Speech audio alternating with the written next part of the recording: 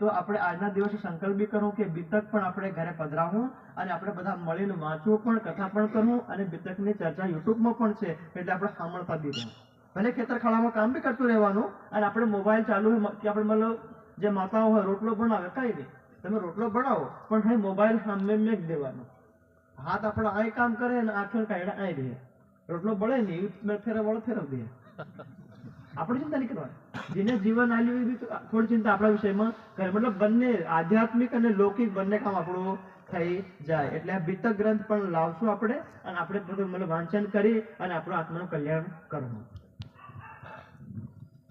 लो श्री प्राणनाथ जाए की जय पैनन के प्रेमदास ल्यावे आखर को इन पे नंद राम पास जावे आए फेरा वल्लभ पास या पे सब सेवा को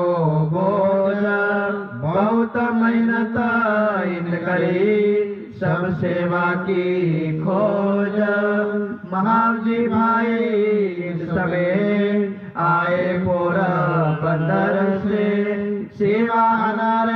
राखवे की और पत्री लिखवे की सेवा में आसबाई सबे लागत है शरण श्री राज हेत कर